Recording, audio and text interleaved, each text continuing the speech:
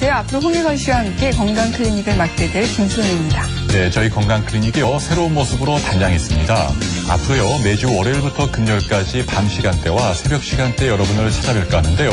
보다 알차고 쉽고 재미있는 정보로 꾸며볼까 합니다. 일반 질환은 물론이고요. 한방에서 운동까지 건강에 관련된 모든 궁금증들을 아주 속 시원하게 풀어드릴 텐데요. 많은 관심 부탁드릴게요. 네, 개편 이후 달라진 저희 건강 클리닉의 첫 주제는요. 다소 익숙하고 생소하지만 또 난처할 수 있는 그런 주제죠. 바로 방귀의 건강학입니다. 네. 오늘 도움 말씀 주실 분은요. 대장학문 전문의 이두환 원장님 모셨습니다. 네. 안녕하세요. 안녕하세요. 방귀 하면은 뭐 사람만 아니고 동물도 낄 수 있고 뭐 스컹크 같은 경우도 유명하잖아요, 방귀로. 그렇죠. 예. 네. 근데 일종의 그건 방어무기라고 할 수 있는데 맞아요. 사람이 방귀를 뀌는 건 조금 더 다른 목적일 것 같아요. 왜 방귀를 뀌는 건가요? 왜 사람도 그 만원 버스나 지하철에서는 그런 목적으로 끼는 사람도 있다고 들었습니다. 사람은 이제 자연적으로 음식을 삼킬 때 이제 공기를 삼키게 되고 그다음에 장내에서도 세균에 의해서 가스가 생기게 됩니다. 이런 불필요한 가스가 이제 자연적으로 배출되는 게 방귀라고 할 수 있습니다. 네, 자연스러운 생리현상이다. 만일 그렇다고 한다면요, 하루에 어느 정도 또 얼마나 자주 끼는 것이 정상입니까? 보통 이제 삼킨 가스, 그다음에 이제 생긴 가스 합쳐서 한 2~3,000cc 되는데 대개 한 페트병으로 한 2개 정도 될 수 있습니다. 그다음에 대부분의 그 가스가 이제 흡수되는데 실제로 방귀로 나오는 건 한 200~300cc, 그러니까 작은 콜라병으로 하나 정도 됩니다. 네. 그 횟수는 대개 10에서 20회, 한 25회까지는 정상으로 볼 수 있습니다. 25회까지도요? 예. 아, 그렇군요. 그런데 방귀하면 또 호기심들이 많이 생기잖아요. 네. 예전에 그 미국 코미디 영화 더맨더머라는 영화 보셨어요? 맞아요. 예. 거기에 보면 방귀에 불을 붙이는 장면이 나오거든요. 맞더라고요. 그때 네. 깜짝 놀랐는데 정말 방귀에 불이 붙나요? 그 방귀에 불이 붙는 건 그 방귀의 메탄 가스 때문에 그런데 그 메탄 가스를 잘 배출하는 가족이 있답니다. 전체적으로 한 3분의 1 정도 되는데 그런 분들한테는 가스가 불이 붙을 수 있습니다. 옛날에 그 대장 내시경 초기에 그 용종, 대장 용종을 이제 전기로 이제 소작, 지지면서 떼는데 처음에는 그 메탄가스 때문에 장이 폭발한 경우도 있었습니다. 맞아요. 조심해야겠네요. 저도 그 소식을 들었는데 어쨌거나 그렇게 불이 붙는 방귀는 유전적으로 결정되는 거네요. 대체적으로 한 3분의 1 정도에서 그렇게 이제 메탄이 많이 배출된다고 합니다. 예. 자, 심한 냄새를 동반한 그런 방귀가 아주 골치 아프잖아요. 그렇죠. 이런 경우는 왜 그렇습니까? 방귀에 냄새가 나는 것은 이제 황 때문에 그런데 많은 그 황이 많은 음식은 양파나 이제 마늘, 이제 고기 중에서도 단백질인데 실제로 조리 과정에서 대부분 날아가는데 생거로 먹었을 때 황이 이제 남아서 황하고 이제 수소가 합치면서 그 많은 냄새의 원인이 됩니다. 그다음에 단백질이 분해되면서 이제 인돌이나 스카톨, 그다음에 암모니아 이런 것이 생기는데 그것도 악취의 원인이 됩니다. 그러면 마늘하고 양파를 많이 먹으면 안 되겠네요. 방귀 측면에서 나쁘지만 몸에는 좋은 겁니다. 아, 그렇군요. 자, 이번에는요, 수술한 다음에는 방귀가 오히려 막 기다려지잖아요. 나야만 몸에 좋다 이렇게 얘기하는데요. 모든 수술에 다 그렇습니까? 주로 이제 복부 수술인데, 복부 수술하게 되면 장을 이제 만지고 꼬매고 이러다 보면 장이 이제 일시적으로 마비 상태 됩니다. 그러다가 이제 며칠 지나면 이제 장이 움직이게 되면서 이제 가스가 나오게 되는데, 가스가 나왔다는 것은 장이 움직인다는 사인, 다시 말해서 음식을 섭취해도 된다는 사인이 되기 때문에 좋은 사인이라고 볼 수 있습니다. 그렇군요. 예, 근데 선생님 어떤 분은 또 병 때문에 방귀가 나오는 경우도 있다고 들었거든요. 어떤 경우인가요? 병 때문에 방귀가 많아지는 것은 이제 소화를 못 시키는 병들, 그러니까 이제 유당을 분해할 수 없는 사람들, 그다음에 이제 만성 췌장염, 그다음에 소화 흡수가 이제 지장이 있는 사람들, 이런 사람들은 소화되지 않은 음식물이 이제 그 대장으로 가면서 대장에서 박테리아에서 이제 가스가 많이 발생하게 됩니다. 네. 하지만 또 아무래도 방귀를 참는 것보다는 배출하는 게 좋다지만 또 때와 장소에 따라서 좀 곤란한 경우가 많잖아요. 그렇죠. 예.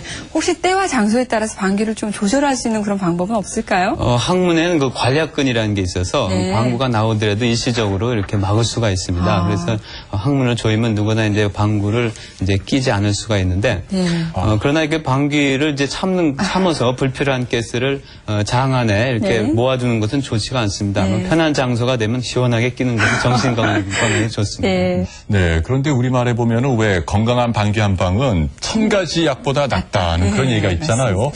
만일 그렇다고 한다면은 그냥 좀 체면 차릴 것 없이 속 시원하게 배출하는 것이 참는 것보다 낫다는 그런 뜻인가요?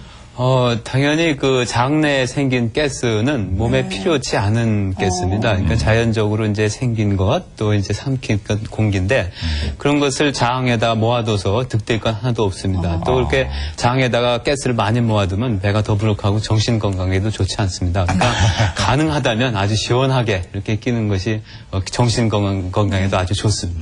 그러게요. 그래서 그런지 어떤 분들은 좀 지나치게 다른 사람 의식 안 하고 방귀에 끼는 분들도 있던데 건강에는 좋겠군요. 본인의 건강. 자기 건강에 아주 좋습니다. 남의 건강한테는 또 모르죠. 그렇군요. 그 방구 냄새를 맡아서 맞는 사람이 또 해롭거나 그런 건 없나요? 뭐 그런 건 없습니다. 네, 하긴 뭐 그 정도는요. 자, 그렇다면 만일 방귀가 생긴다면 어떤 과정을 통해서 생기는지 그 배출 경로가 좀 궁금해요. 설명해 주십시오. 그 방귀의 그 생성과 배출을 보게 되면 위에 음식을 삼킬 때 생긴 이제 공기가 위에 들어가고 이것이 트림이나 일부 나오게 됩니다. 일부는 이제 소장으로 넘어가게 되는데 소장에서 음식물은 이제 다 이제 소화 흡수가 되고 일부 영양소가 이 대장으로 이제 내려오는데 이 대장에서 그 세균에 의해서 영양소가 이제 분해되면서 이산화탄소, 수소, 메탄 이런 가스들이 생깁니다. 이 가스의 대부분 다시 이제 흡수돼서 폐나 간으로 다시 이제 배출이 되고요. 일부 한 전체적으로 10% 정도의 가스만이 이 항문을 통해서 나오는데 이것이 방귀가 되겠습니다. 그렇군요. 상당히 복잡한 과정을 통해서 방귀가 나오는군요. 그런데 아까 냄새도 좀 여쭤봤고요. 또 하나 좀 불청객이 소리가 시끄러운 경우도 있잖아요. 맞아요. 그런 방귀의 특징은 무엇인가요? 그 소리가 이제 크게 나는 것은 이제 배출되는 공기, 가스의 압력이 높을 때 이제 소리가 크게 나고요. 가스가 이제 항문을 통해서 나오는데 항문을 이렇게 조이게 되면 고음의 소리가 나옵니다. 그러니까 휘파람 불 때 입을 조이면 고음이 나잖아요. 이제 그와 마찬가지인데 그 방귀가 크고 이제 고음이 난다는 얘기는 항문을 이제 조일 수가 있고 관략근을 조일 수가 있고 또 센 압력으로 배출시킬 수 있다는 것을 의미하기 때문에 뭐 건강에 좋은 사인으로 볼 수 있습니다. 네. 자, 그리고 또 하나 궁금한 건요. 어떤 분들은 그런 얘기 하잖아요. 뭐 장내 세균이 이상이 있다라든지 음식물이 부패하면은 심한 악취가 나는 방귀가 나올 수 있다. 이렇게 또 해석을 하던데요.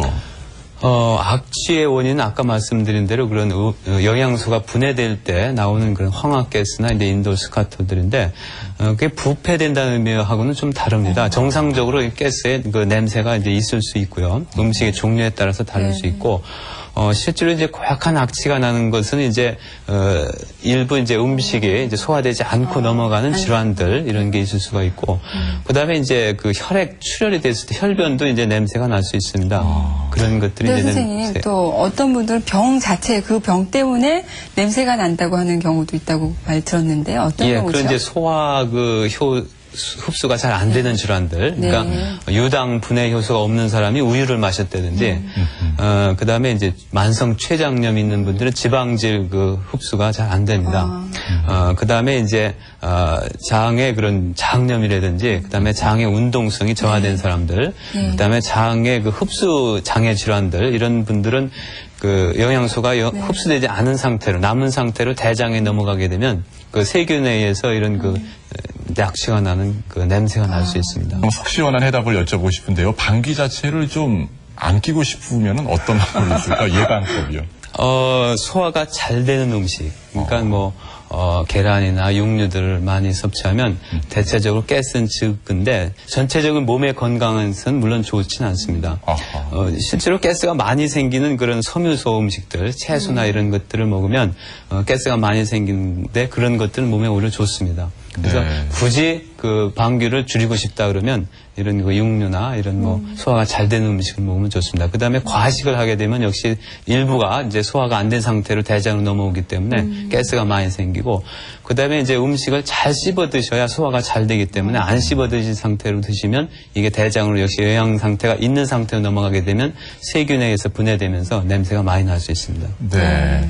그 운동은 좀 어떻습니까? 이렇게 식사 후나 이럴 때 평소 운동을 많이 해주면은 방귀가 좀 많이 나오나요? 아니면 오히려 적게 나오나요? 어떻게 보세요? 운동하고 가스는 특별한 관계는 없습니다만 운동하게 되면 아무래도 소화는 잘 되겠죠. 그럼 가스가 줄어들 수는 있겠죠. 네. 자, 이렇게 해서 오늘 저희가요, 방귀의 건강하게 대해서 살펴봤는데요. 오늘 도움 말씀 주신 이두환 선생님 정말 대단히 감사합니다. 감사합니다. 고맙습니다.